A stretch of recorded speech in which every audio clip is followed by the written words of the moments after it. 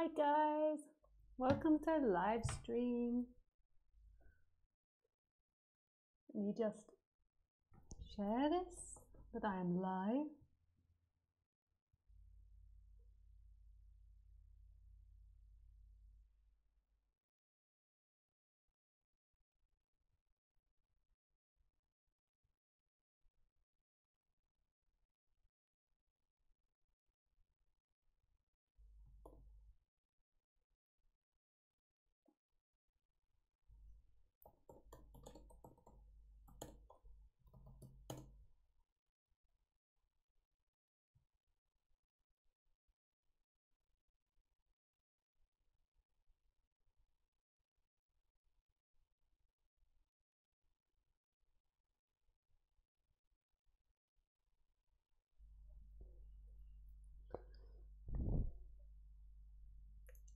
So hi guys, nice to see you.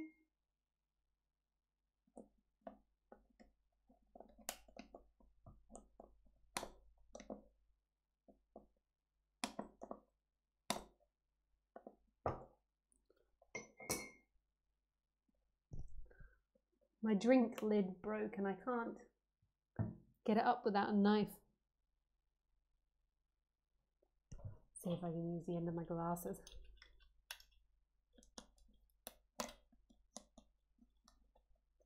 There we go. It's very hot here today, so I need my drink while I'm talking. This is such a good drinking container. This isn't a sponsored ad. My mum bought it for me. And it's so good because the sucking action, I don't know if it's like remembering the breast or something, or the bottle. It makes me drink a lot.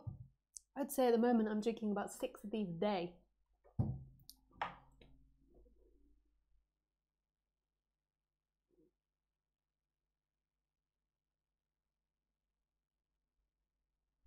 So if you're ever thinking of buying a water bottle, this is really a good one. It's a little unattractive, and especially when you drink, you look a little bit like a child, but it makes you drink a lot, and that's what's important.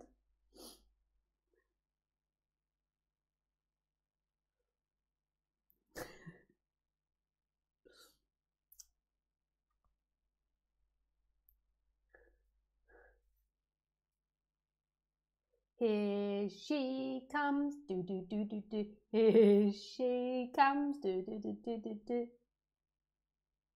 I can see you.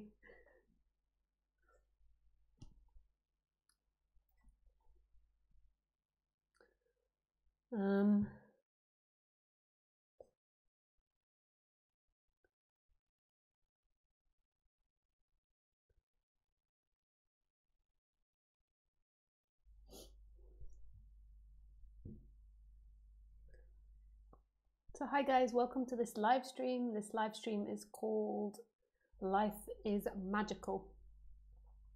If you want to join in and ask questions or speak to me, then you do through Skype, and my Skype address is lisacairns12. You can find the link below.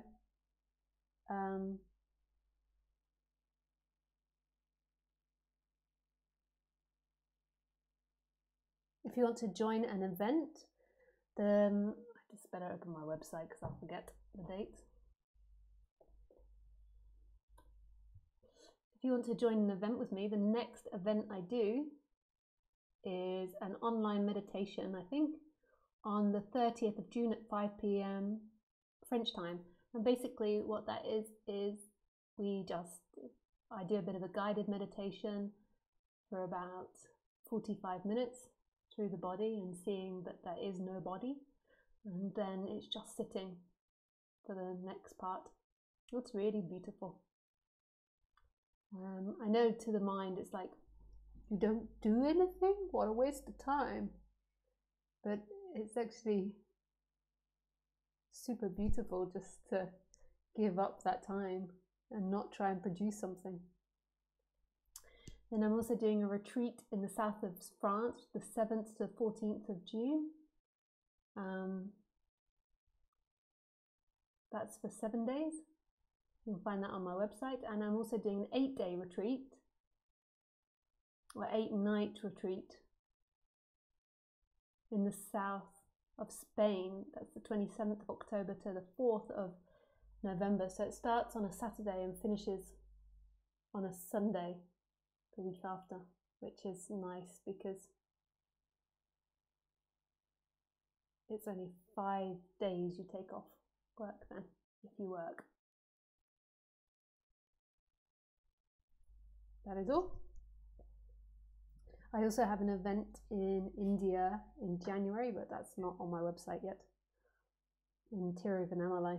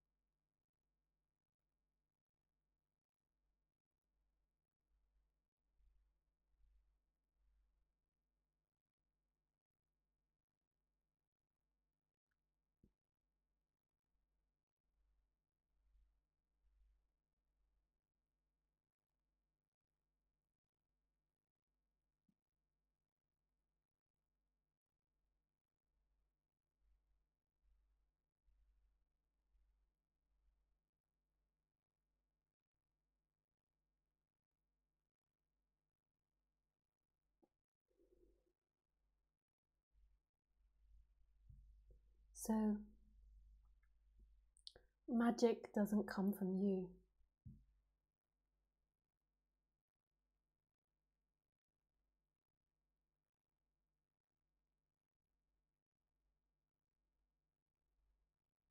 The magic of life isn't about who you are, what you've done, whether you're Prime Minister of a country or a road sweeper, whether you're rich or whether you're poor. The magic of this life isn't found in that. It isn't found in what we compare ourselves in the human world.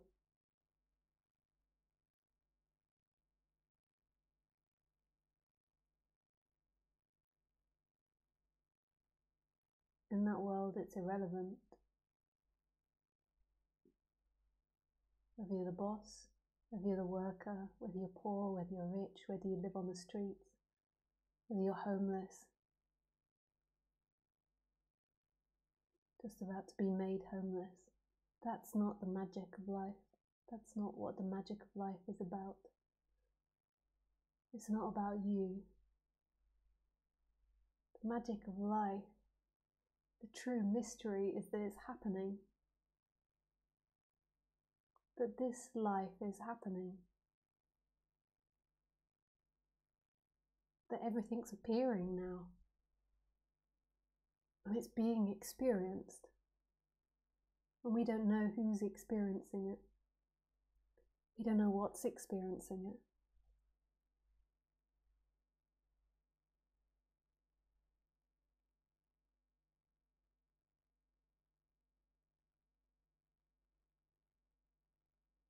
But yeah, it's being experienced and it's appearing. And how magical is that? When we put it into time and we put it into reason and we put it into sense, then things are more heavy or more solid. But when we remember the mystery of it, it's like childlike innocence, that we don't know why it's appearing. We don't know what the meaning of life is. The meaning of life is certainly not about accomplishments, about getting things or doing things. Even becoming enlightened is an accomplishment for the mind. It's something that you already know, and not you already know, that you can achieve, something that you know. So that cannot be the meaning of life. The meaning of life can't be something tangible, because when you go into time, when you go into thinking, it all becomes solid and heavy, and it's just not true the way that we think life is. You think that you came into this room, that you sat down, that you're watching me. You think that you're rich or you're poor, or things are going well or badly, but this isn't true. Life is as it is. It's appearing, and it's so free, and it's so radical, and it's so spontaneous.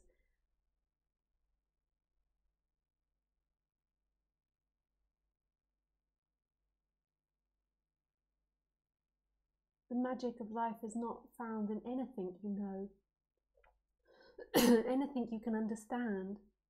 We look at things so upside down. The premise of the human language is based on me and you, subject, object, and this is such a lie. This isn't the way life is happening. Life isn't subject, object. The experience is wholeness. The experience is oneness. And that is so incredibly beautiful.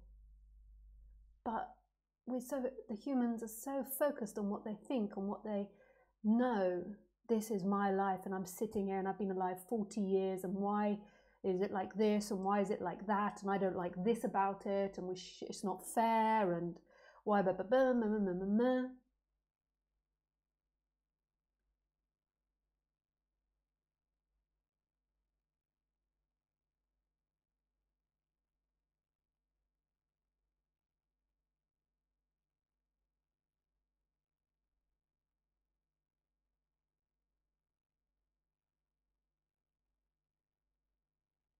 But life is free. What's happening? What's happening? And we don't know how, we don't know why, and we don't know for what reason, and that's its beauty. Any reason wouldn't be good enough. And living in that wonder, living in that awe is the freedom. You're always looking for an answer.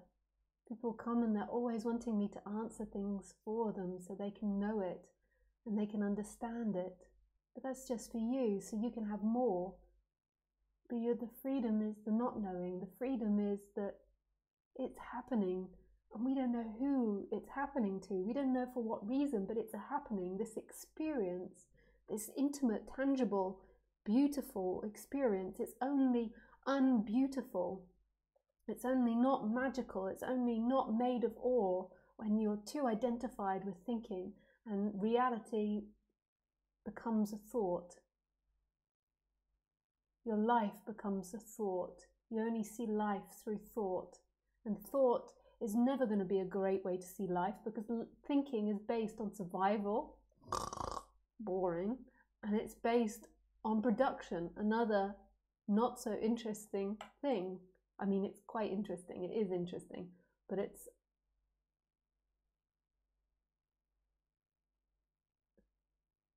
going to create discomfort when there's identification and a belief that it's true, that what you think is true, what you think is not true, what you think is simply a perspective.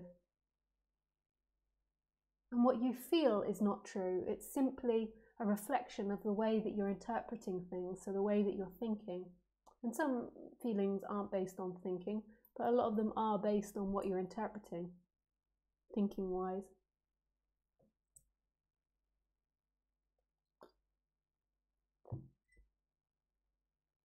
And it's not going to give you what you want. Your thoughts aren't going to give you what they want, that you want. They're just going to keep circling like a crazy animal, like a hamster running in a ball, looking for an answer. And this is it. It surprises me how much people love listening to me talk more than they do the sitting in silence. Like dramatically more, I would say. There's maybe like 80% more like the talking than the silence. And I do understand that because when I'm speaking, there is a resonance with what I say. I think that's more important than way more important than the intellectual side of what I'm saying. But there's a resonance with the energy. You can feel it when you begin to listen. The energy changes. So there's this resonance with the energy. And that's beautiful. But it's also beautiful to sit in silence because it's the same resonance of energy. It's just that you're so used to listening through the mind, through being told things. And it settles, when I'm speaking, I think it settles the mind a bit. There's a focus on something. And when you're just sitting with me, the mind's suddenly like, what did I do? So it can produce uncomfortable feelings. But it's the same energy of this emptiness. There is nothing experiencing this. There is nothing experiencing this. There is nobody having an experience here. That's the freedom. There's nobody that's ever born. There's nobody that dies. This is the freedom. Who is listening to my words now?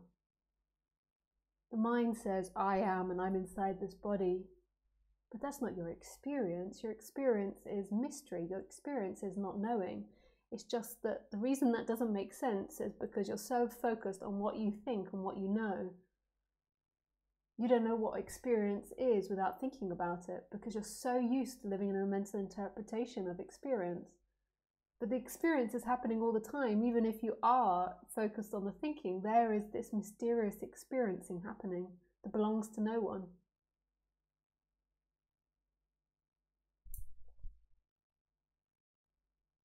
It's so beautiful.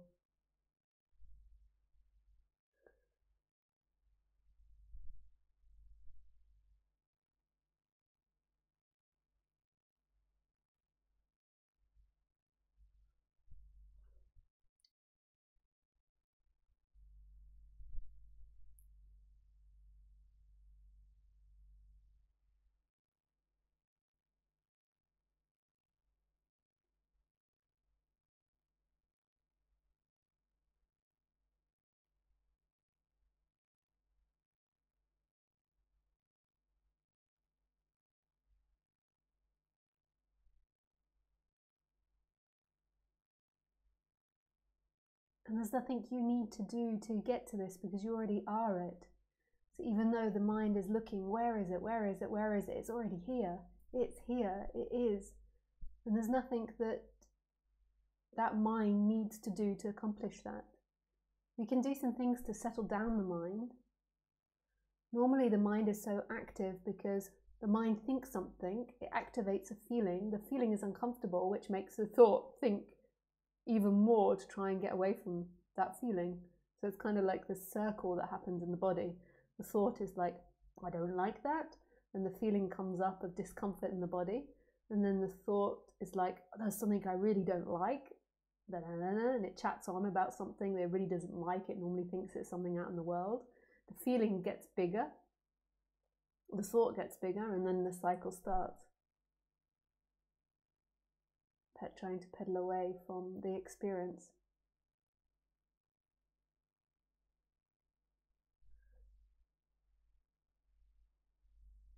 Hello?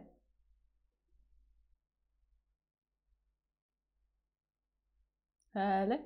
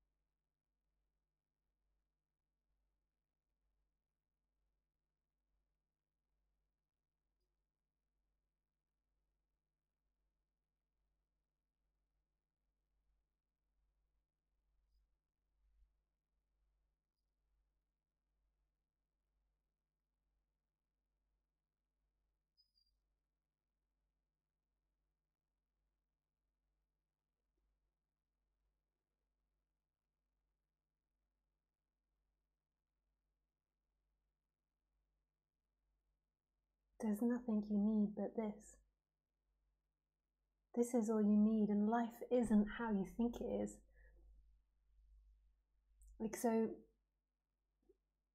The mind thinks, but if I relax into this, then my life will go to pot. Bad things will happen. I won't protect myself, or I won't earn enough money, or I won't pay my taxes. But it doesn't work like that, life. It works on energy and vibration. This is all energy.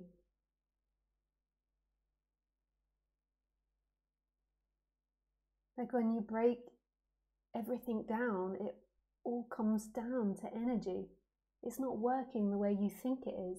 Your thinking is what's creating it the way you think it is. So your thinking gives it the perspective that it's like that. So if you think if you do this, all bad things will happen, then you'll start seeing bad things that happen. Your mind will start selecting that out of the experience. It's like that experiment that they did where they got participants to focus on the colour blue beforehand. I don't think the participants knew. And then when they showed the participants pictures of blue, the participants kept picking out blue in the pictures. They kept seeing things as blue, and they didn't see the other colours so much. It's like what your mind focuses on. If your mind focuses on that this is a bad reality and bad things are happening, that's what you'll see.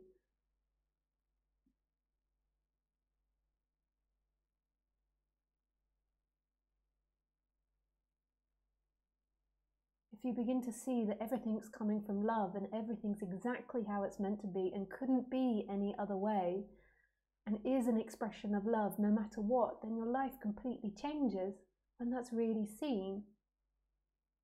Suddenly all the events that you experience aren't something that's against you, aren't something that you can judge and say this is a good thing or a bad thing. They suddenly are free of that judgment.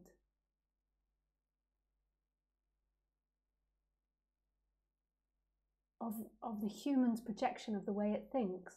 And the way you think is what you're going to attract, because that's what you're going to see everywhere. So if you see negativity, that's what you're going to see and experience.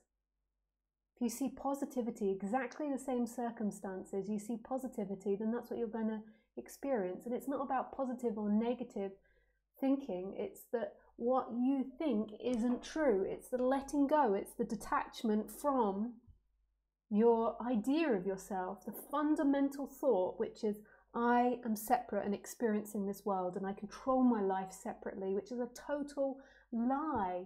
This is one energy expressing itself, one energy. And that energy moves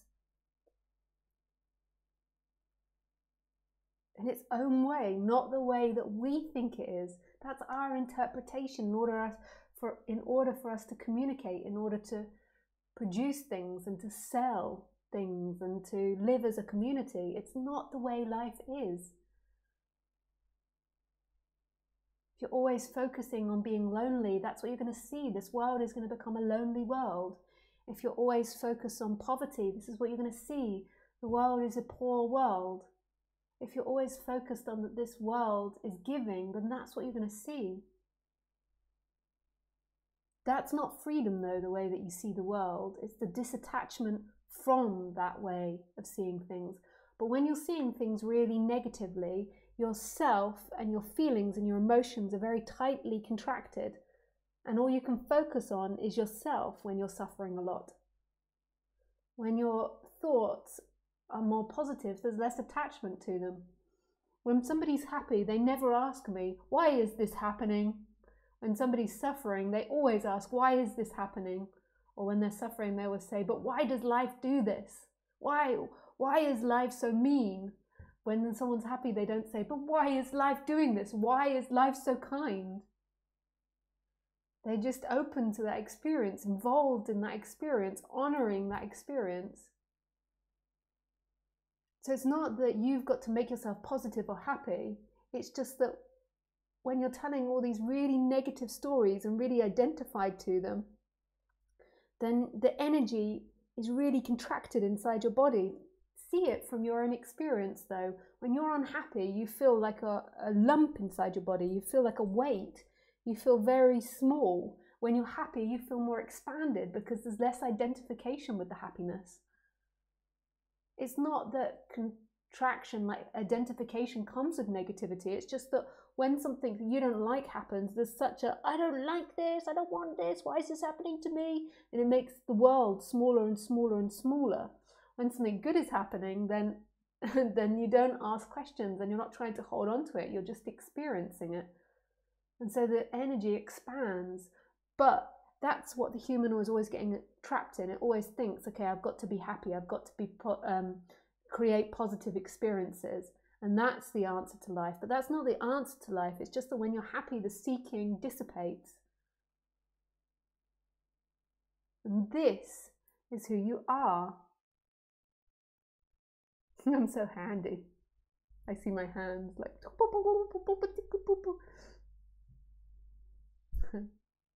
this is who you are. This expansiveness. When you're happy, there isn't so much of a contraction inside the body. So before I had this big awakening, I basically was on retreat for 3 years. And I remember someone in the last stream or a couple of streams ago was like, I'm so jealous that you got that, did that. But it wasn't easy. Like, imagine being 26 years old, deciding to go and live in the forest, giving up your home, your job, your security, what people thought was normal for you, what were expected to do, and just going and living in the forest in the middle of nowhere. And I didn't think at the time, I'm going to live with my teacher, or that this is going to get me liberated, because he wasn't a famous teacher, no one knew him. And I mean, I liked the way he spoke, so I liked this speaking to him because he was very wise, but at the same time, I didn't see him like that. I didn't ever see him really like it. It's even now, but it's just an easy way to call him because it's the way.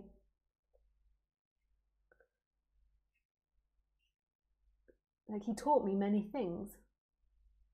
So, but it wasn't about him as such.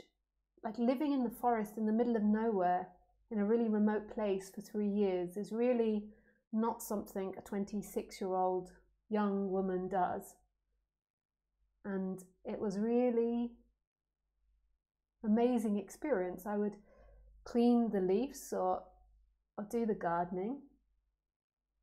And some days that could be really hellish and I could be really suffering and really tightly contracted. And then other days I could feel so much joy and so expanded. And day by day I began to see, and this was the biggest thing that I experienced there, was that the I am, your freedom is here all the time. It's not about events. It's not about what you do. It's the moment. It's who you are. And in the moment, what you do and what you are and who you are disappears. When I was doing the gardening, I wasn't a 26-year-old that moved to Australia, that gave up my life at home. I wasn't that person doing the gardening. It was just happening. And there was just joy. That I am is the same I am no matter what. It's just that in the person there can be this tight, contracted energy where you're identified with that person, or this expansive energy. And that wasn't easy seeing that. Prior to all those years in the forest, I'd been a practicing Buddhist for 5 years. I think if I hadn't done that 5 years of Buddhist practice, I would have run a mile, because those 5 years of Buddhist practice taught me how to not have to be entertained all the time.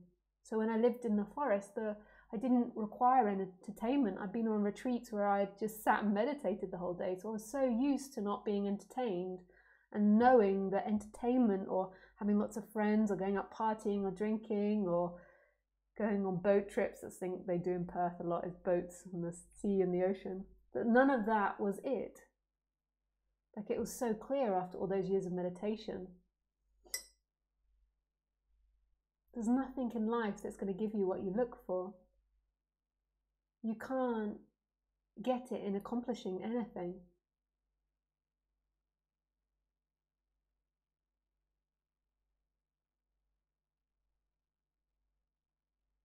And so maybe you're thinking, okay, well, I don't want to accomplish anything. I just don't want the bills. I don't want to have to work so hard. I don't want to have to give my kids so much attention. I don't want this. I don't want that.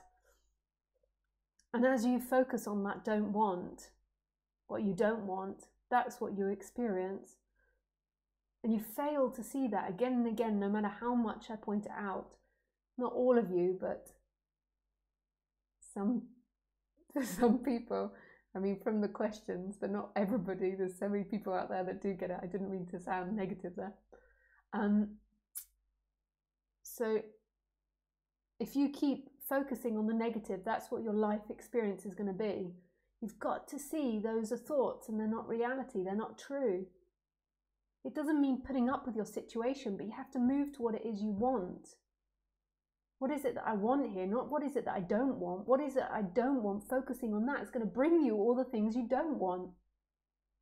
What is it you want? I want more time. Just focus on that and it will happen, because life is magical. You just need to focus on what it is that you want and it will come. And not reject it, not push it away. You'll be amazed how many things you're pushing away in your experience. How people have offered to have your kids, or how people have offered to give you money and you're like, no, I must do it alone. It must be like this.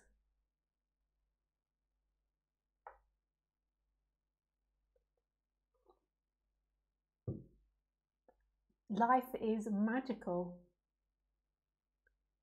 It's not like you think. It only appears like you think because that's what you think and that's how you see the world.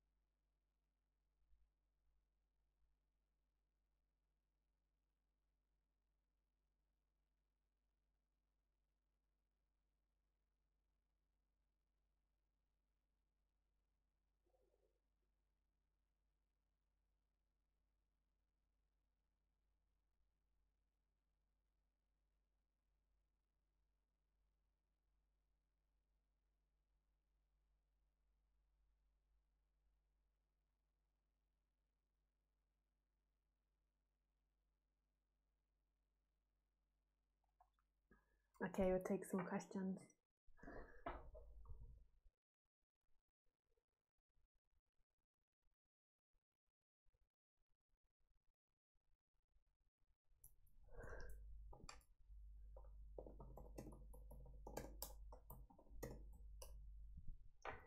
Hey Thomas.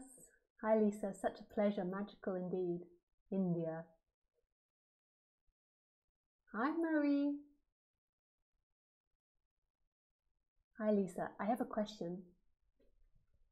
I'd love to hear you speak about, I have a question I'd love to hear you speak about. If everything is perfect, can I ever make the wrong decision?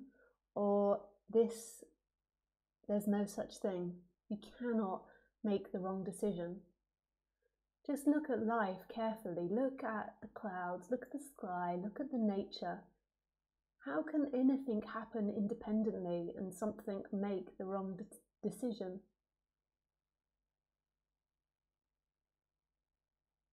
Like, look, if you look at everything else, is anything acting independently? So when the grass grows, does it act independently? Does it grow independently? Or does it need all these other elements? When a tree grows, the same thing. What about a bird? Can a bird fly independently? Can a bird sing independently? Can a bird eat independently? But when you really think about it, you see that all things are connected. All things are moving together. Like one movement creates another movement.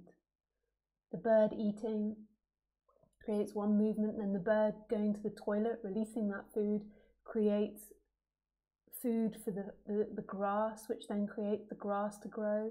The water creates the grass to grow, which allows the insects to eat, which then allows the birds to eat. Like, it's endless. You see that everything is touching. There's nothing that happens independently. Ramesh Balsekar, he used to say,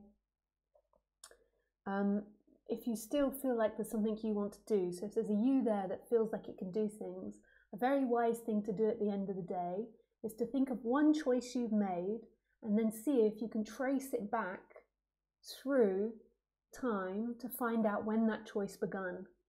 So if you choose that today I quit my job, like today, say you made a choice to quit your job, see if you can find the beginning of that choice. Like, when did you start that choice to quit the job? At what point? Was it the point when your boss was rude to you? Was it the point when you realized that other people were being paid better by different companies? Was it the point when you got the job? Was it the point when your parents sent you to education system to get skills for that job? So see if you can ever make a choice that's independent from everything else. And then you might begin to look at life differently and see that everything is dependent on everything else. There's nothing that acts independently. Independence and separation comes from the thinking mind, and it's not the reality of life. It's a closed, narrow thought, and identification with that is what creates suffering. That you are separate from this life. Who is separate from this life? Who? Who is this you? That's the other question that you could tackle your question with, is who is this solid person that you think you are? As you begin to see that everything's connected and that everything's dependent on everything else, you begin to see there's nothing with a boundary. There's nothing that exists with a boundary. The flower is made up of water, the rain, the earth, the poop of other animals. It's made up of the soil, everything around it. It's not a flower that's separate from everything else. That's just how it appears to us that can name it. It's actually a combination of all elements, of all things, just like you. They say we're 94% water, or 84, I forgot. It's high up there. What about when it comes to the I having to make a decision for the future? The reason that it's important for you, and this is a really important subject for non-duality, is more than likely because you're afraid of making a choice and the choice not giving you the outcome that you want and it having a bad outcome. And this is training of the human world, which is bound to lead to suffering because you believe it's your choice that you're choosing and it's your responsibility to create happiness for you in the future. And that's the wrong way to look at choices. What should happen is the instrument, so you are informed about the action, the choice that's got to be made. So say if you're going to book an airline, so you inform yourself of the different airlines, the different possibilities, and then a choice is made from that. And that's nobody's choice. That's a combination of everything happening. A choice is made from that. And the outcome is as it is. The outcome is absolutely irrelevant to think of now. It is as it is. The only time the outcome is relevant is if it's affecting the choice. So if it's about what time you arrive from the flight or something like that, or connecting to another flight. But what you should be focused on is the information, and then what does the body say? Not thinking so much, like what's the body saying? But the mind can loop 1,000 times. If I do this, then it will look like this, and if I do that, it will look like that, and then it will be a disaster, and da-da-da, and da-da-da, but this would be great, no, this would be good, this would be great. And you can go around 1,000 times, and you shouldn't even really focus too much on the outcome. It's more focusing on the information, and then a choice coming, and allowing that choice to come from an expansive place, not a fearful and contracted place. So that one that feels more right to you, rather than spinning on the mind for hours and hours. It should be like this, it should be like that. Yeah, da da da da da.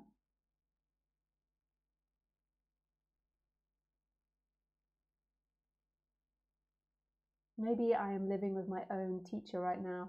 Yes, okay. This is what I needed to hear. If you begin to look at life correctly, Marie, you will see everything as your teacher. Everything. I mean, when I was living with Roger, I used to fight him, and I would get so angry with him and annoyed with him and think he was arrogant and know-it-all. But then when I just softened to that and just looked at what he was saying and took from what he was saying what helped me, rather than any competition or any sense of wanting to beat him or be right or get revenge or something, all these funny dynamics humans play, then it always expanded me. And you can do that with everything, whether it be a dog you live with, whether it be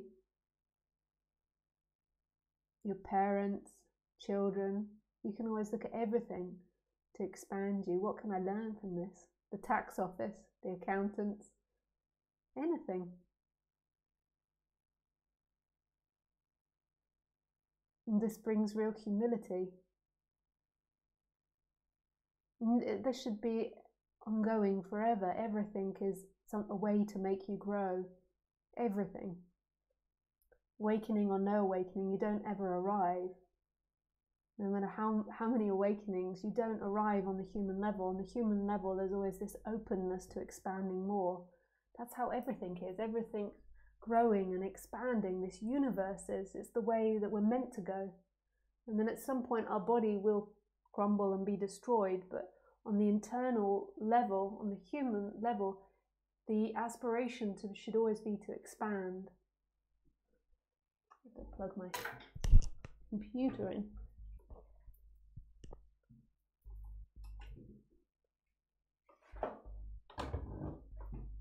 Oh.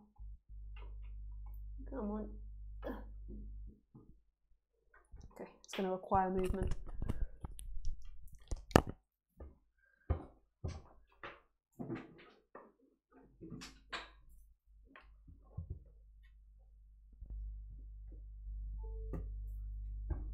So if a choice doesn't go the way you want it to go, your view shouldn't, the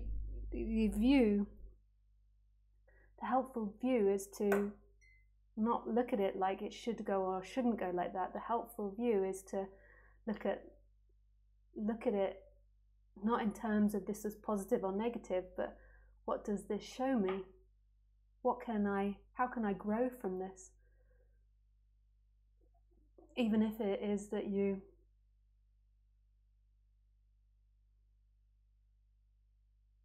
buy a house that then falls down. I remember that it's a story of Rupert Spira. He bought a house, renovated it all for 9 years, and then it burnt down after the 9 years.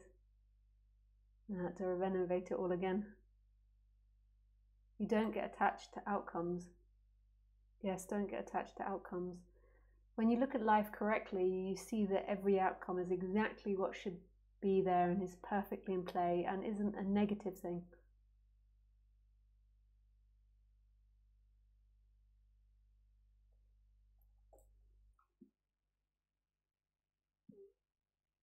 Hello? I have someone saying can't hear you. I don't think that's anything to do with me. Hello? Hi, Lisa. What about the instance of difficult families that cause tight, contracted feelings of wanting to flee?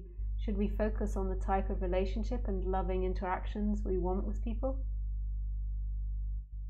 Yeah, you should, yeah. So if you're in a difficult situation with a family, just focus on what it is that you want from them in that moment. So you look at what is it that you feel like you're not getting, they're not hearing me, they're not respecting me, they're not loving me, and then focus on what it is that you want and keep moving your attention to that.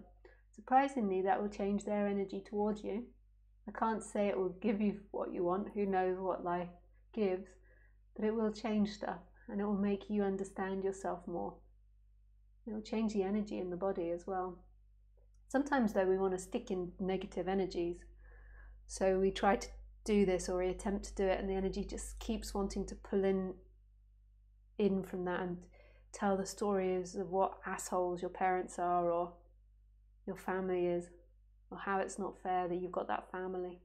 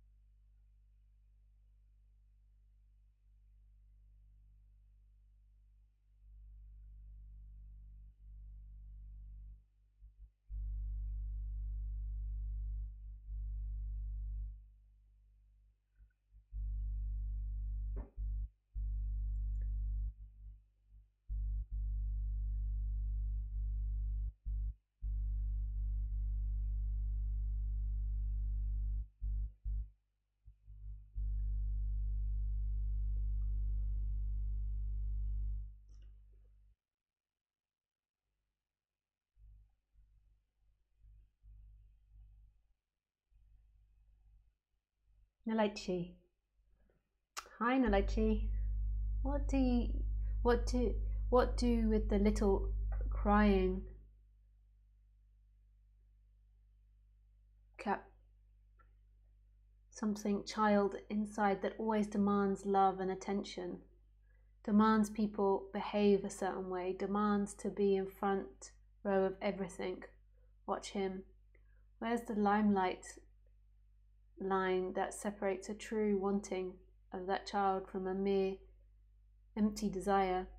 I'm talking like it's not me, but that child is me. It's like an image of someone really hurt and crying with all that stuff I said above. Must that child dissolve?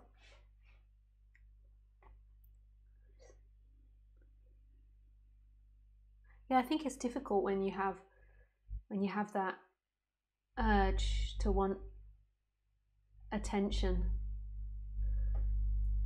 from the parents. And I see, you see it in young children. You get some children that are more introverted and happy to not be watched all the time, and then you get some children that want a lot of attention and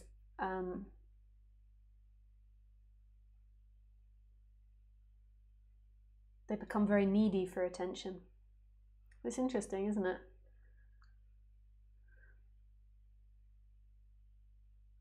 And it seems to be very painful for those children that need a lot of attention, because the more that you need, when it's like a needing energy and when it's like a grasping energy, the more that you treat people like that, the more that it actually makes them back away from you and run away from you. It's like the more that you try to get attention from people, the more they move back.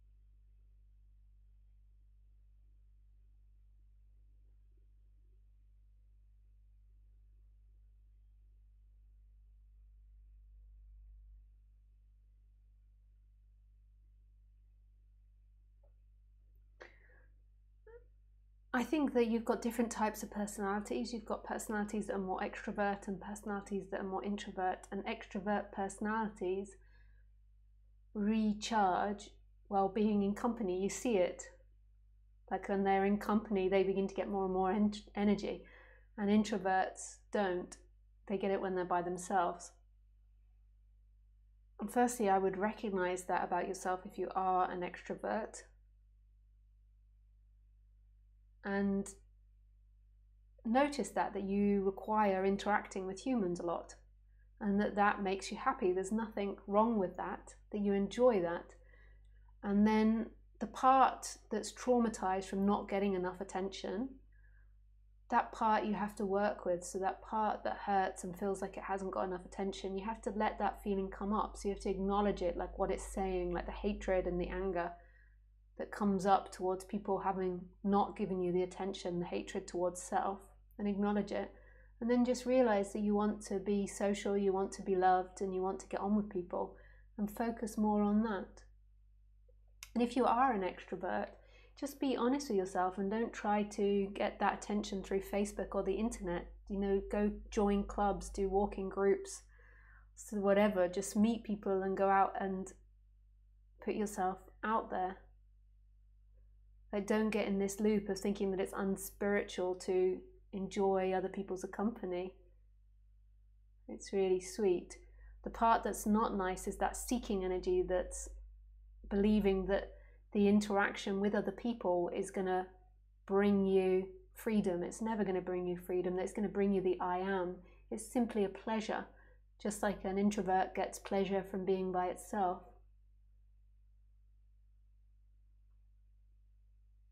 So just be honest with yourself and acknowledge that. And then see that none of it's who you are. So those dynamics arise, and none of that's who you are. They're happening in this space, in this freedom. And there's nothing that needs to be here to complete you. This is.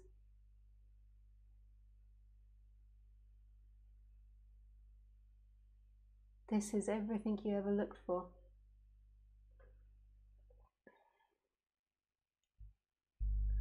The other question is that I have a deep fear of people and sometimes dread, mostly dread, and I'm afraid of being me, real me.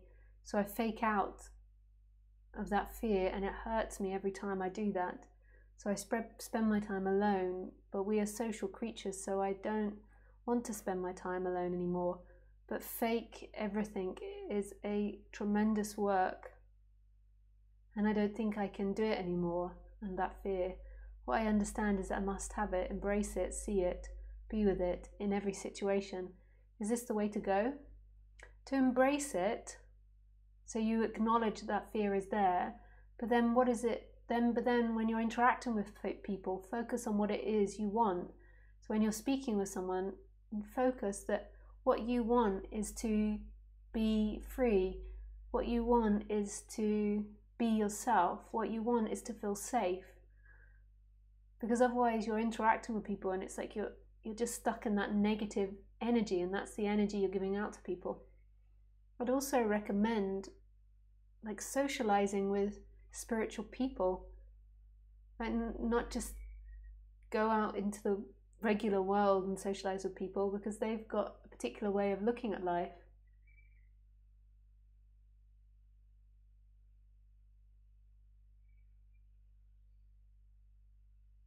A very tight way of looking at life. So socialize more with like-minded people, and there are so many people out there. There's so many opportunities out there. It's huge spirituality. And just see if you can find a group that's more open.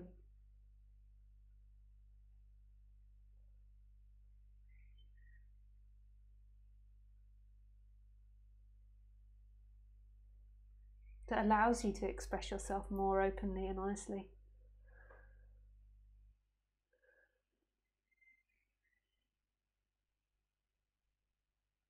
Oh yeah, Susan, I forgot to send you a recording. I'll try to remember to do it after. But just send me another message if I forget again anytime. Hi, Bia. This is our big homework, to find the way inwardly back to this. What a great play. Yeah.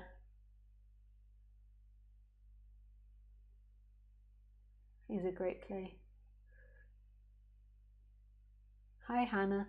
Alicia, you look very beautiful today. I understand your speech. Thank you, Hannah. It's my nice scarf. The reason I'm wearing a scarf is because I've only got a little dress on underneath this, and I try to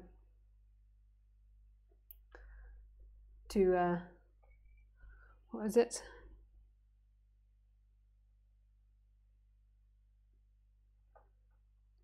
To not distract the men too much. That's not the right way to say it. Not to distract them too much if I have a bare chest. But that's not the way I was going to say it. The way I was going to say it is, I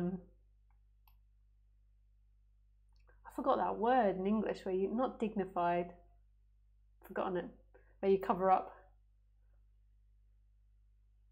I understand your speech and really recognize past me, but I am indeed in a negative loop now. Thoughts and feelings make me crazy. I really hope that I will jump over the loop one day.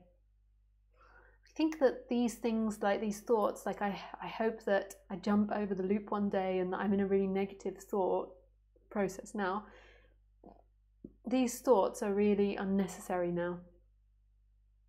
Discreetly, yes. Decently. With discretion, discreetly. Someone's suggesting, yes. So these thoughts are already irrelevant. Like, it's irrelevant to think that. What's relevant is to look at what's happening inside of you and to feel that feeling inside the body. So to go inside the body, so the thoughts are looping, go into the feeling, feel it, allow it to be there, and then after you've given it space, acknowledge, what is it that I want from this? What am I looking for?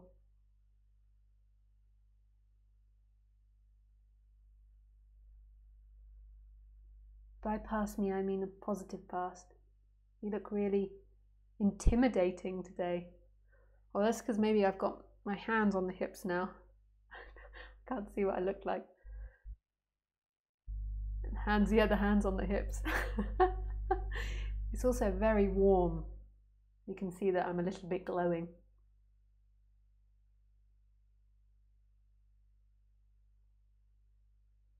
I think also a scarf looks very regal as well. Like, yeah, regal, I think it is. It's nice, a scarf.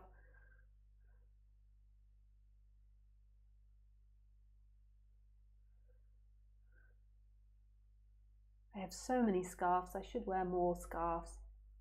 So many beautiful scarves.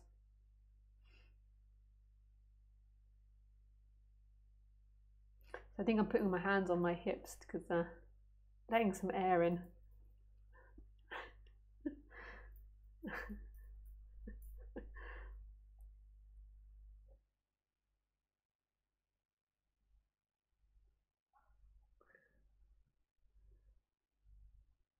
Thanks, physics. You look elegant and discreet.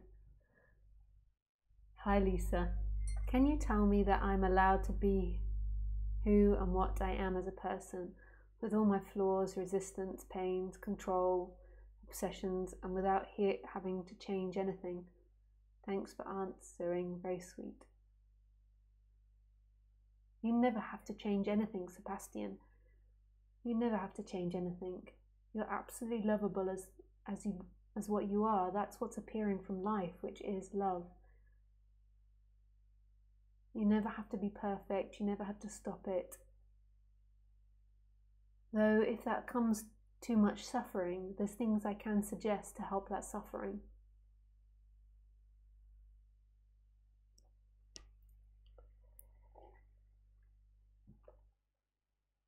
Modest. Yeah, modest is another good word. That's it. I don't really enjoy life. Everything is so complicated and frustrating. Visit video message I sent you. Just to survive, etc. I don't feel like this is ever going to get better. I think I have burnout from life. What can I do? Do you want me to listen, Sebastian, now to your video message? Or is that enough? You want me to answer that? But everybody else will hear it. Is that okay?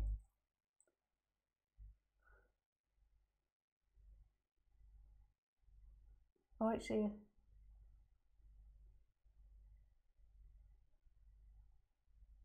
Oh, I don't know if everyone else can. I don't know if I can listen to it now, actually. This is enough, okay. Yeah, that's good, because I don't like downloading links that people send me on the internet.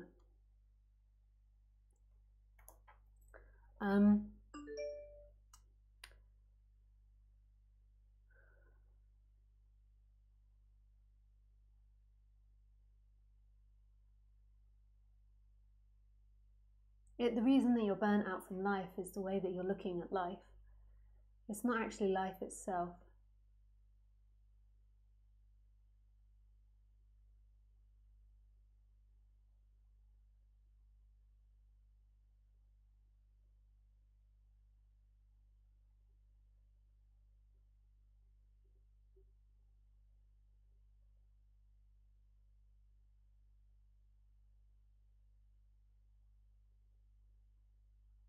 Yeah, let's talk, Fabian.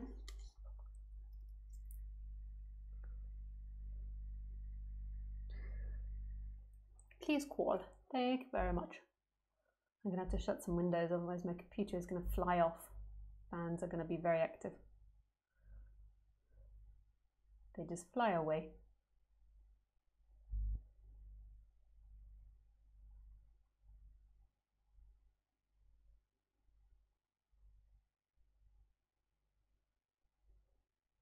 Hey, Fabian. Yeah, good, thanks. Yeah, I can hear you okay. Can you hear me okay? I just have to check that I've got enough internet power for this. Yeah. Yeah, I think that will help. Yeah, let's do that. And if my voice begins to get funny, I'll turn off my video. Tell me if it gets crackly. Oh, hang on a sec. I just realised you're not looped in. 1 second. So yeah, thanks for somebody just sent me a message saying that it's not working. I forgot to put in Skype, so thanks for that message. Okay. So you didn't watch the video message? I don't like to download things, I'm sorry, off the internet that people send me. I've had a bad experience with it before, and I'm sure it's fine, but you don't have to download anything, but it's okay. I just am a bit reluctant to click links. I've had some bad experiences. Yeah. I have a lot Me of too. yeah. I just never heard of that before. Yeah, it's kind of new. Well, then I'll really try to make it short. It's a bit hard to describe. I know what you answered, but like the thing is, like, this is not new to me. Like, I wanted really to find out the truth so bad that I studied for 2 years philosophy, and I couldn't find it there. And then I found it by, in quotes, accident in a meditation satsang. And after 2 years, I was so frustrated, and I was so ready to hear this that I got it like in the first meditation session. And then I dropped out of university and out of society that night, and lived on a farmhouse for over a year by myself, and thought I can just like meditate there. And I went to Gangaji retreats, and that really helped me a lot in this process. But then I really lost like interest in life. Like, everything was not like the whole life experience was not interesting to me anymore. And I got really, really depressed. And yeah, I needed therapy and Prozac and to really get me back into I don't know, survival state again. And so this whole meditation thing, I think I got addicted from meditation. So I thought, oh, this is a solution. And I was like 22, 23, and nobody told me it doesn't work. Like you can't just live by yourself for the rest of your life. And so this whole meditation thing like became a problem, and then it was so really hard to find some way in life where I can live, you know, like now I'm an artist and I do Polaroid art and rap music and all of that is great, but like I can't like just meditating doesn't work. And living in I'm in Berlin now, and like I had so many like big dreams and goals, and I'm indigo, so there's like this whole changing the world momentum, and you know, like I spent so much time, and like started with therapy when I was 17, and then this enlightenment, and then like every year was so frustrating, and then personal development, and flew around the world and to improve myself and learn and blah. And I think I've just really done everything I can, and I'm still at the point where I see so much suffering and struggling every day, and I'm really like losing the interest again. And it's just like, why does it have to be so hard? It's really hard to answer the like to ask even the precise question, because I can't like I have like to take responsibility for my life, otherwise I'm just gonna like just die and give up. And having this balance of meditation and life, I don't really know how to do it. And I'm just see like I'm observing I'm losing so much interest even in going out and meeting people. Like I used to go to a festival and dance, and or I just sent the ticket back. I don't even want it anymore. Or when I like it's like people are so frustrating, and also women are so frustrating. It's just like pointless to invest time and energy in meeting new people and creating more friendships, or it's just the same bullshit just repeats and repeats, and I'm just so tired of it. What would you like?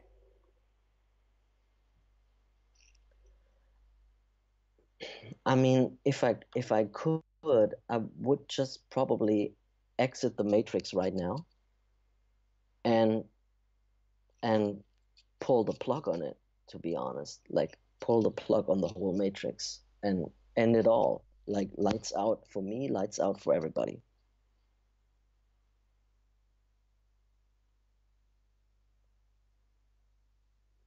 What do you think putting the plug on the matrix looks like? Like what do you think that is? Like what do you think the matrix is? Yeah, this world that we live in. Do you think the world and your brain are different?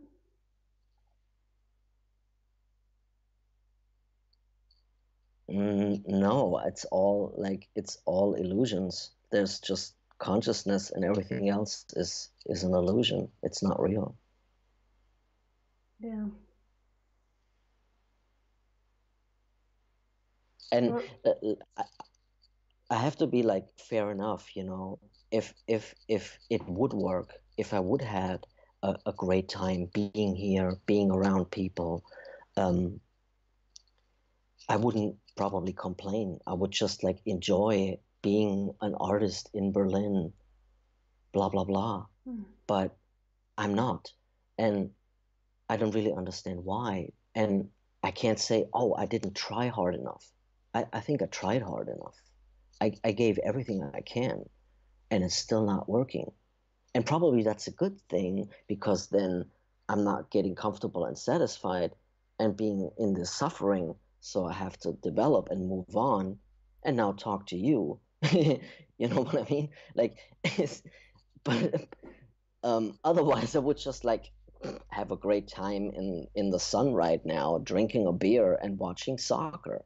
But it just doesn't work for me, and there's probably a reason why. But Yeah, I don't know what to say, because this happens often. I won't, not lots, but that people call me and they say, I've tried everything and nothing works in life, and I feel frustrated and I feel stuck. And I think that, I mean, I could tell you the way I see it, but I don't know if you're interested in that. Like, absolutely, you are interested? I don't know. I'm very interested in everything you have to say. Yes.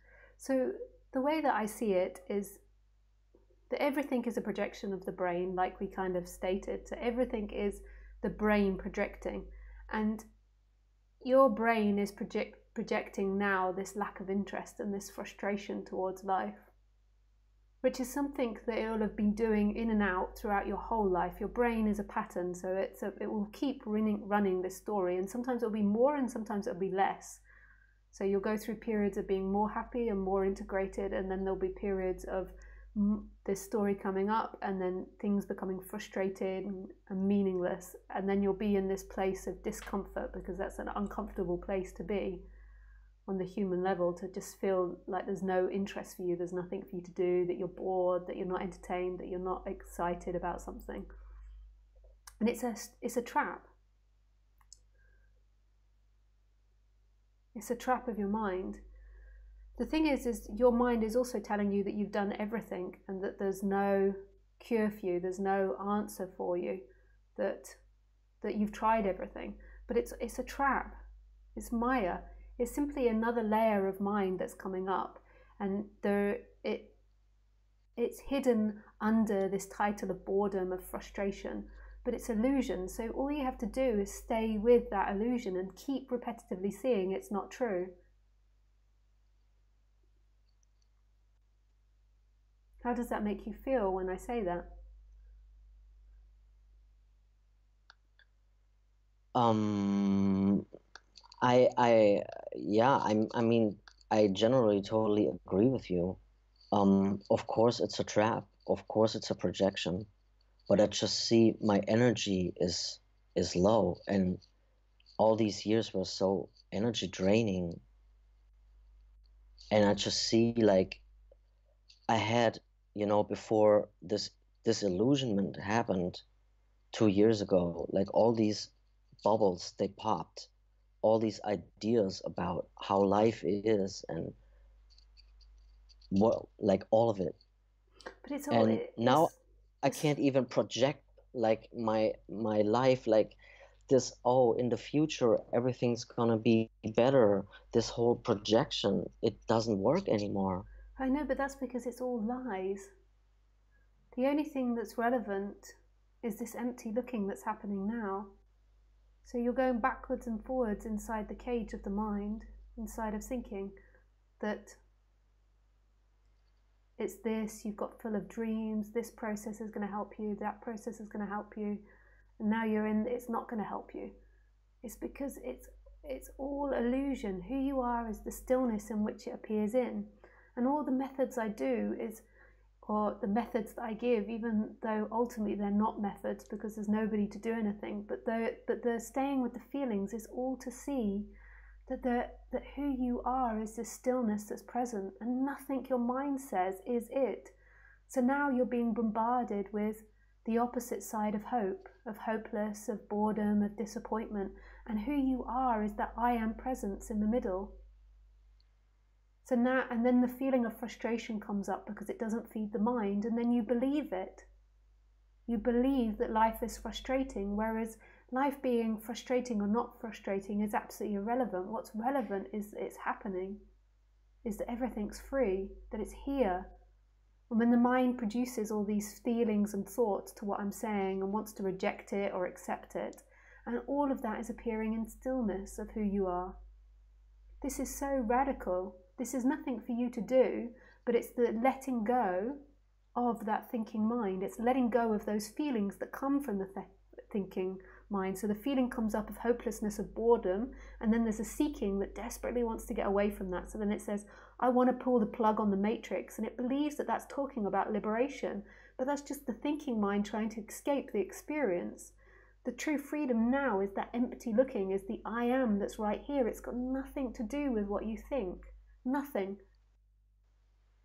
There's no freedom in thinking. Thinking comes and it goes, it comes and it goes. The seeking starts because there's too much identification with the thinking. The thinking produces feelings. The feelings are uncomfortable. And then the seeking starts to try to avoid it. So you try to tell yourself different stories to get away from that feeling. Or you try to look for different experiences. Or you're in the feeling that you're in now, which is, fuck it, I've tried everything. I used to be like that too. That was a story that used to come up in me. I've tried everything. This will never work for me. It's all mind. It's not even coming to a story where you say everything works for me. It's seeing that there's nobody here having an experience, that you are this stillness. It's totally surrendering into this moment. You don't have anything now. You've not travelled around the world and been to Gangadhi and had depression and going somewhere tomorrow. You don't have anything. You're totally free here. But this addiction to the mind and saying the mind is right or the mind is true. And this is the story of the Buddha sitting under the Bodhi tree, that Maya presented heaven and hell. The Maya presented all of this, the illusion presented all of this, and the Buddha sat still. The Buddha nature sat still. It didn't move as Maya projected that it was heaven, it was like this, and then projected it was hell. And it did it through feelings and through images and through thoughts, exactly how your brain and your body is working now. There's nothing that you think that is true. So if you're uncomfortable now and the mind starts producing lots of thoughts about what I'm saying, just come back to the rawness of the feeling of frustration, of exhaustion, of burnout, of wanting it to end, which will most likely be in the solar plexus because that's the place of disempowerment. And just feel that. Totally let it be there. Notice the thoughts that come up and say it's hopeless. I'm never going to make it. This life is pointless. All those thoughts. And just focus on the feeling. You can even rub it and massage it. And then when you're ready, focus on what you want. Only when you're ready though.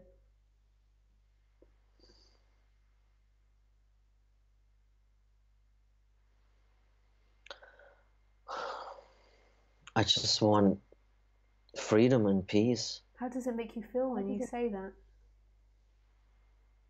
That didn't feel like a real feeling, thought, like expansive want, because you sort of were like the want's got to be something that really makes you, well, it doesn't really, but it makes you, it's like an opening. It's not something like a frustration with how things are and you're saying it because you don't want these particular feelings. It's something that's expansive. It can be anything.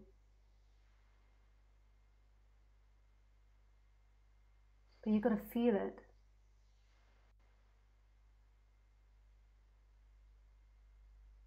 Yes, I see your point. It's so hard for me to do this on a practical level, like on a day-to-day basis. I don't know how to make my thoughts stop. You don't need to make them stop.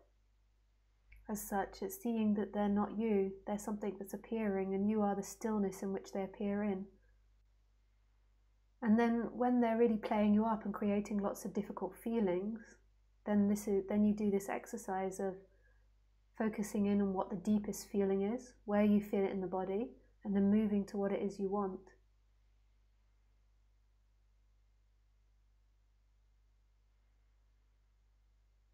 Yeah, where I'm at right now, it's basically I don't really want anything anymore. Are you sure? I'm not sure, but I'm just tired of wanting something, Yeah. and then I don't get it. Yeah, so that's actually what's happening in your body, is a sense of disempowerment. It's like a rejection of life. So just let that be there, that feeling that you want things and you don't get it and you're tired of it. Just feel that and let that be there. And then just give yourself permission to ask for one thing. And whatever you ask for, you will get. And it will be easy.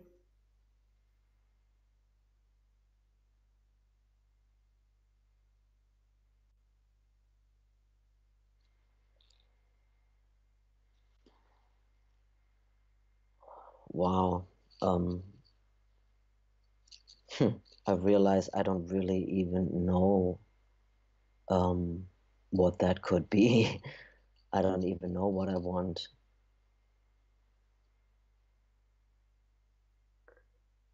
This is what the seeking mind does, is it constantly focuses on what it doesn't want. And then that's how you begin to see life in lack mentality.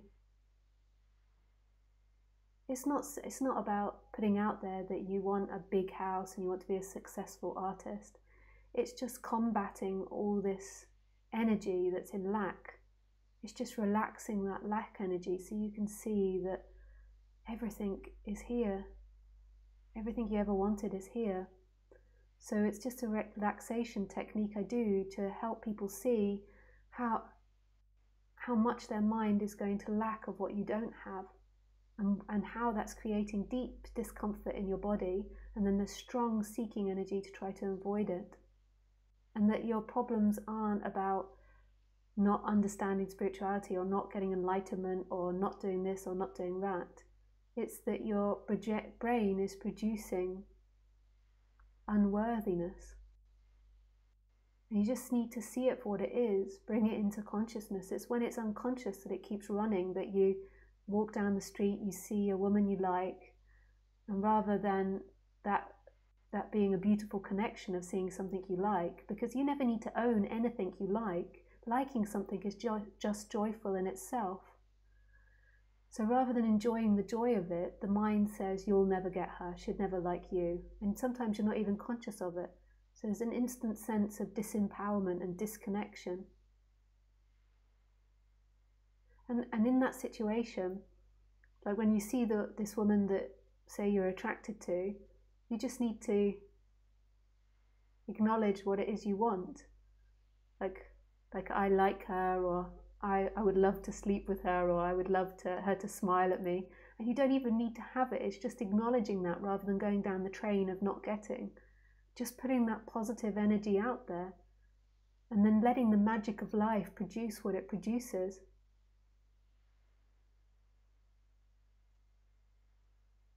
A lot of the time, on the surface level, we think our problem is a spiritual level, that we don't, on a spiritual level, that we haven't, or we don't get enlightenment, or we don't understand this message. But actually, a lot of the time what it is that the mind is just telling you repetitively that you're not enough, that what you get isn't enough, that other people aren't enough. And that feels bad, and then it creates more seeking.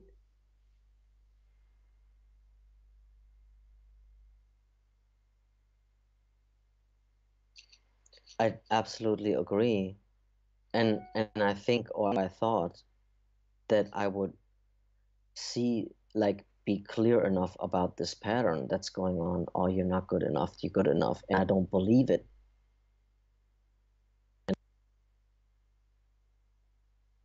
Really? Probably not. I'm sorry, I think you just cut out a bit then.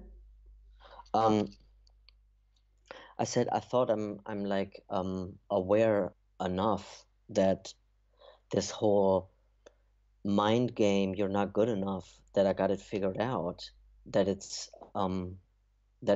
like this whole conditioning, and that I know better, that I am enough, or I don't fall for the trick.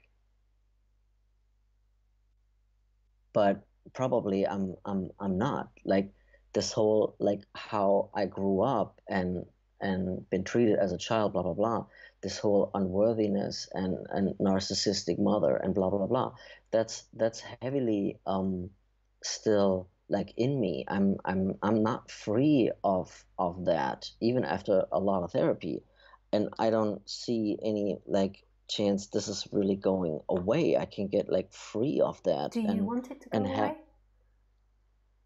absolutely. But feel it, feel it. Does it feel if that's what your body wants? Like not just your mind, but your body.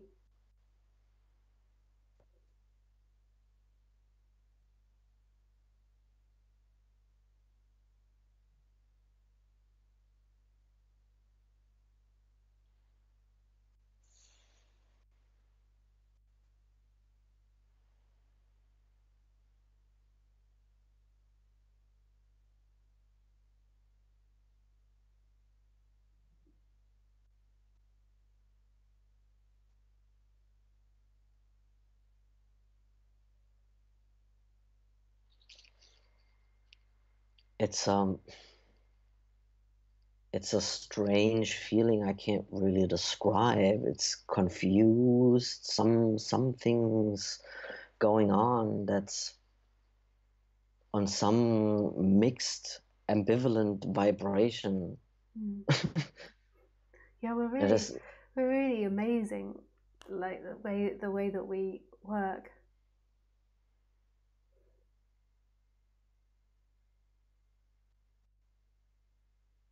We always get what we want.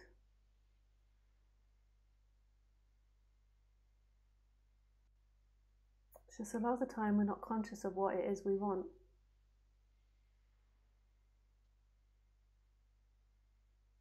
It might be that in the mother story, you still haven't completed something yet. There's still something you need to complete there. There's still something you want from the mother that you can't let go of. It's all about wants with humans. Of course, I want the love that I didn't get, and because I didn't get it from her, I want it from other people, but they can't give it to me because I need to love myself, because this whole self-worthiness lack that's fucking up all the relationships because I'm not in the right vibration, blah blah blah. I I know all that, but it's really hard for somebody who doesn't know love to love themselves. People who received love can not imagine how difficult that even is. It's like basically impossible.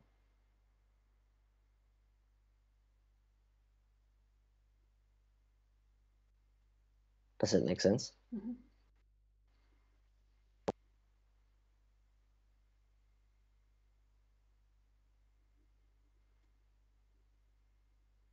Are you still there? Yeah, yeah, yeah. Yeah.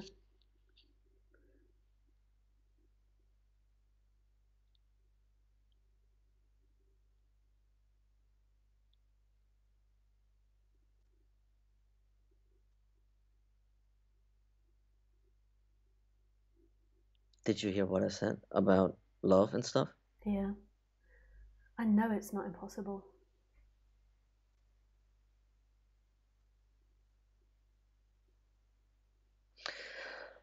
Yes, it's true. It's not impossible. I got that glimpse 18 years ago, and that's the reason I survived. Because without finding that truth, I wouldn't be here. But like just a drop is not enough. Like a glimpse is not enough. And if there's so much struggle and suffering on a daily basis, it's just absurd to me.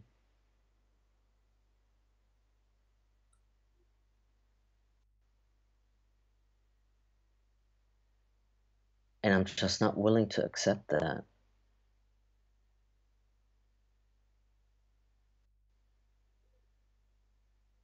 Which part aren't you willing to accept?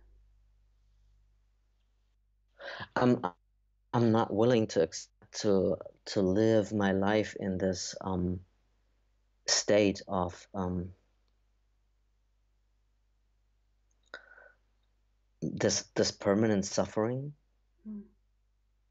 It's pointless. And I have this body and I live in this world and there are all these things, and it doesn't make sense to not enjoy that or take advantage, in quote, of that, of having a body, of having this experience, if none of that is fun, like it all looks like there are these opportunities, but when I go really try these opportunities, like life just hits me in the face. But why are you trying to Full, convince me of all this? I'm You I'm want just trying me to to see explain. life I'm not. like I'm. I, you? no, no, no. I don't. No, no, no, no, no. I don't want to convince you at all. I'm just trying to describe as good as possible the situation I'm in. It's just the situation that you feel like you're in right now.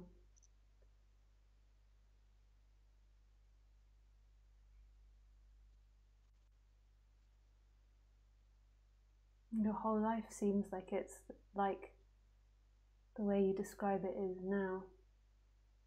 So you look at life through those eyes, you look at your past through those eyes, and it all builds on top of itself and makes it feel like your life's a particular way and that you've got these particular experiences.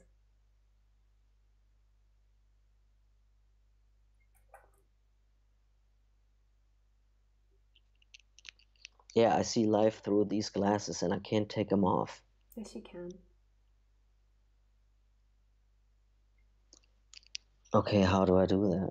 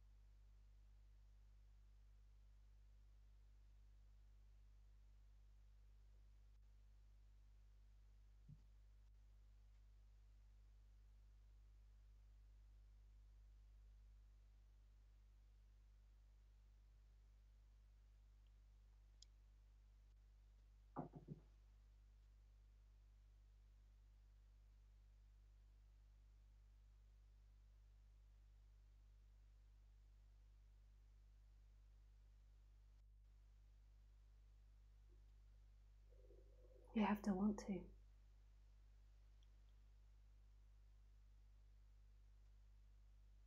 Mm-hmm.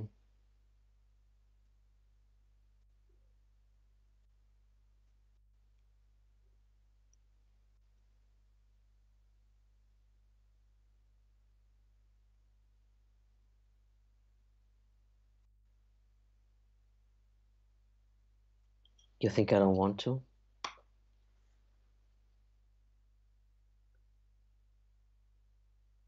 I think that you know how you feel. Say it again. I think you know how you feel.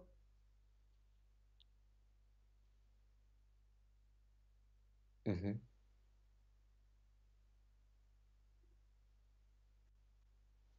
I think I want to take them off, but I don't know. I don't know how. It seems so impossible.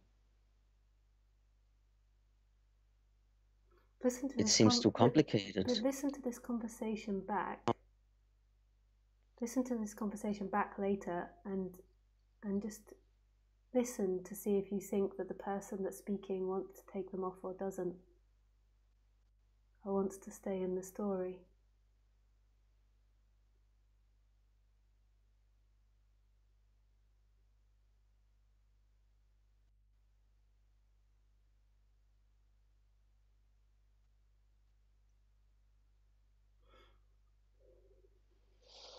Well, the whole person is a story, so whatever that person wants is not what I want.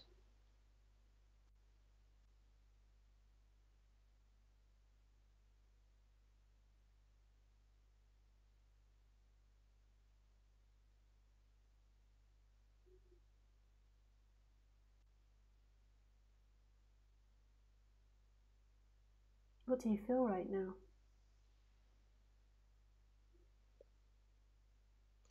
I feel that talking to you is raising my awareness level somehow. And I feel like it's more, I don't know, it's my body is getting warmer. I don't know how to describe it. Yeah.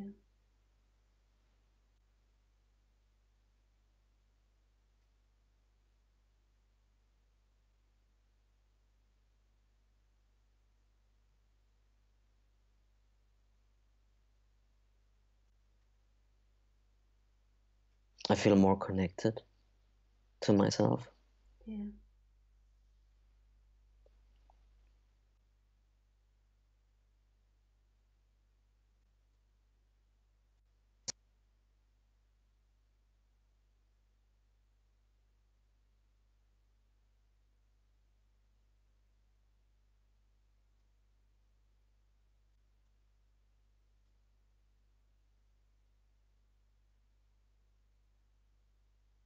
Are you still there?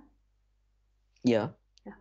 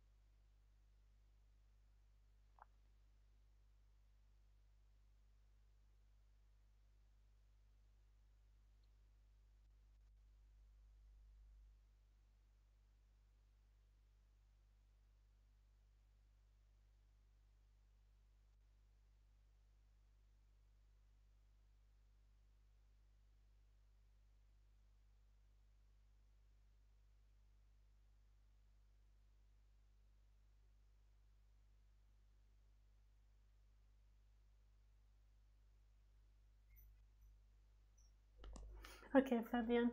It's nice to speak to you, and I would listen to it back. I think you'll be interested to hear what it sounds like back. I think it will help you see things for yourself.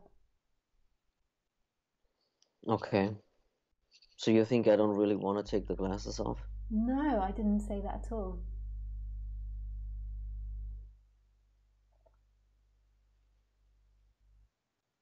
What did you say? Oh, lots of things. I mean, I know, but not to identify with the thoughts, I know. I think that's enough. We can talk again another session, but that's enough for now. Okay. I didn't pass out. Like I heard everything you said.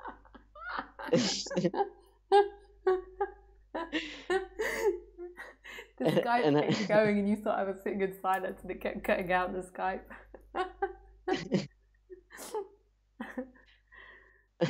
no, I was just wishing like you could give me like a short all solve it all problems answer. Do this and all your problems are away. Like something super Yeah. super simple a Like child can take the do. red pill or take the blue pill. Exactly.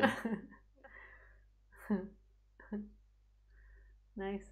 Okay, You thank don't you very you much. don't have you don't A, have a red pill answer? a red pill. No, I mean like a short medicine short form answer that's making all the suffering go away. Um, well, obviously it's this.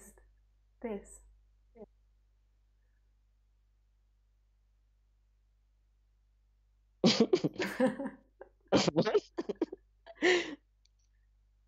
It's this, it's what's happening. That's the red pill. I don't remember though in the Matrix film what the red or the blue pill does. The red pill shows you the truth. Yeah. So this is it. This is what you Mhm. seek for. But enough. Okay, I send you lots All of right. love. Thank you very much, Fabian. Thank you, thank you.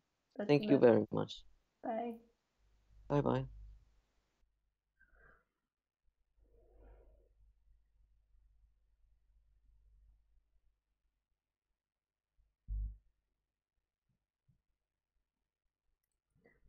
Hey, Thane.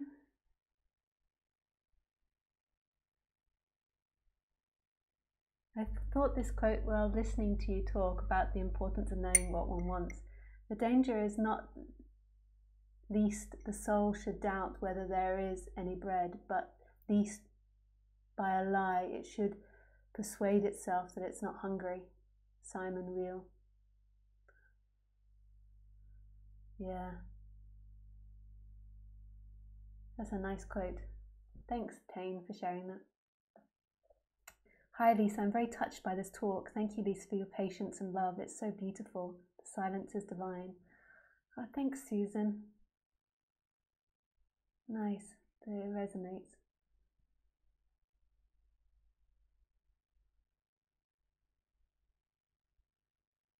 This dude, Darren, aren't we all like this?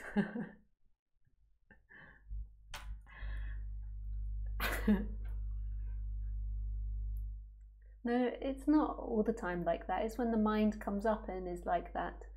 So you go in and out of it. Sometimes people are like it and some people aren't, but they go in and out of resisting what's true and then believing that all these things. Hey, Julia. Hi, Thomas. I feel for him. His story is one of suffering. He needs a true paradigm shift one way or another. Life will always provide a way. Yeah.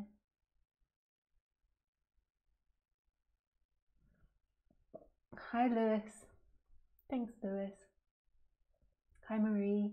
Wow, you're amazing with him. Thank you for your time with us today. Lots of love and gratitude. Thanks, Marie. I do a lot of work with people. I mean, at first, when I first started speaking, like a lot of the response was just silence because like it's so obvious to me the freedom that's here and it's so silent and it's so free, and then people's minds would come up with all these things and there would just be nothing to say. It was so clear, and I didn't come into this thinking I want to teach people or teach people about anything. I just was expressing my heart, and then as it went on, like it's 7 years now, as it went on, I just learned and evolved so much in speaking with people. And I have to say, I do think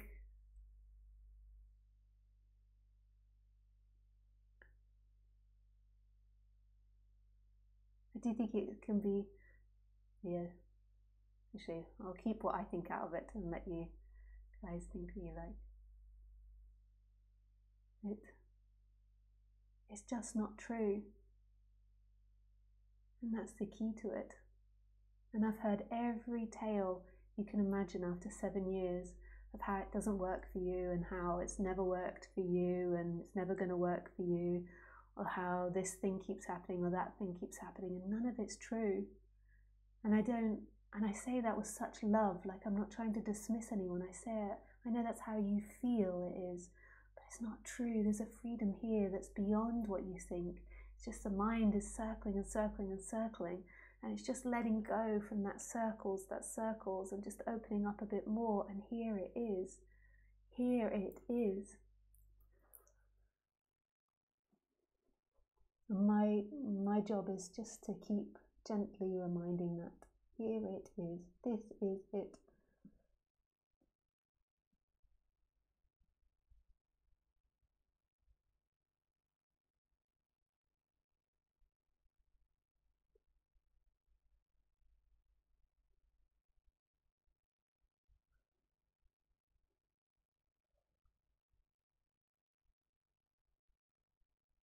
Hey Lisa, if possible. Hi Carol. I'd like to hear from you how you communicate your feelings to a partner, how you share moments when you feel hurt without blaming, in a compassionate way. I mean, I don't think the other is to blame, but it still hurts anyway. I'm over the stage of thinking others hurt me on purpose, but a shared life, it can be with friends, a partner, a sibling, can get bumpy sometimes, so please talk about it if possible.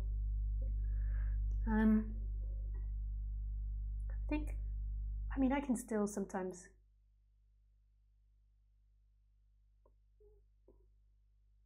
get tumble down the path of anger towards somebody's actions.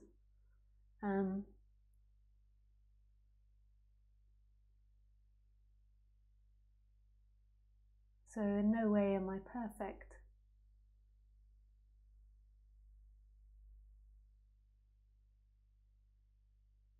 But I just try to step into as honest as I can be in that moment with myself.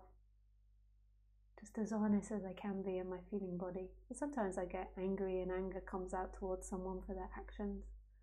It's not really blame anymore, because it's also so clear they couldn't be any different, but sometimes anger could come up. And even if that comes up, it's like totally embracing that. It's better not to communicate with anger because it's more complex. So it's better if you could be more aware of what's going on underneath, but whatever happens is the perfect play. And totally forgiving yourself if you get caught into an anger dynamic. And just also seeing that in a relationship it's two energies that dance. So it's never really anybody's fault.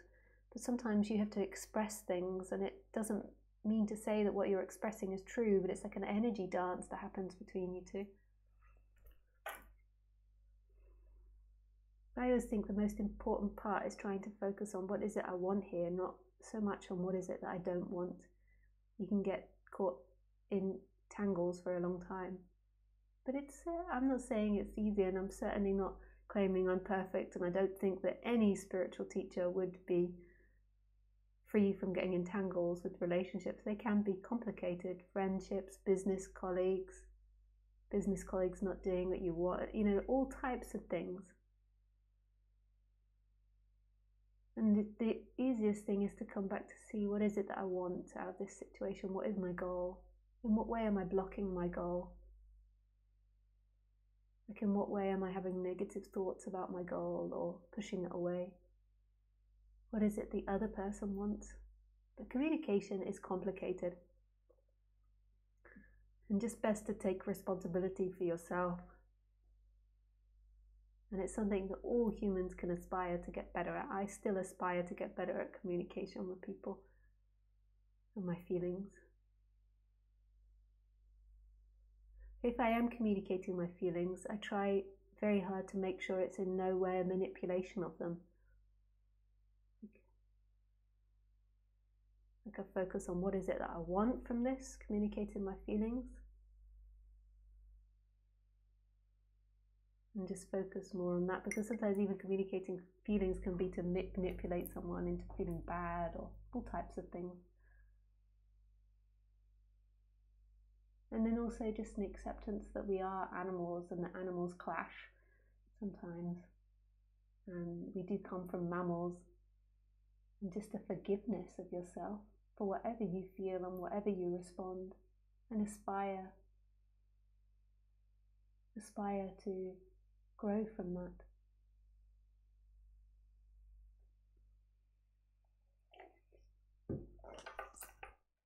I hope that helps, Carol. Thank you, Lisa. Love you. No, don't help me. That becomes compulsive. I can't take any help. Don't trust anyone. Today you don't trust anyone. Another day, Sebastian, you will. Hi, Didi. Hey, Ash. I think that I'm going to go now. Hi, Flavio. Hi, Antha. Hi, Yitya. Edya. Hi, Vatios. Hi, Vishul. I'm sorry, everyone, I didn't get to speak to. Hi, Fatima. Hi, Aleski.